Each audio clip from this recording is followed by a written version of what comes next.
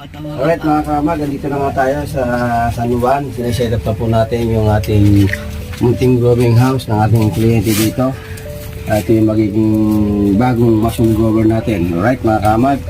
At syempre gumamit tayo ng nylon cord.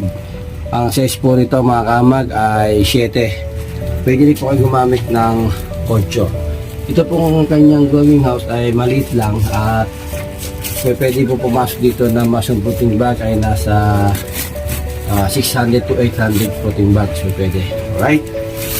Ganito po yung pag-setup natin ng bluebed. Una nyo pong gagawin ay gagawa po muna kayo ng isa nito, isang piraso. At pag nakagawa po kayo ng isang piraso, susukot nyo po dito sa mismong sabitan. Yun po ay magiging parisan ninyo. Saka po kayo magpuputol na magpuputol. Gumawa muna kayo ng parisan.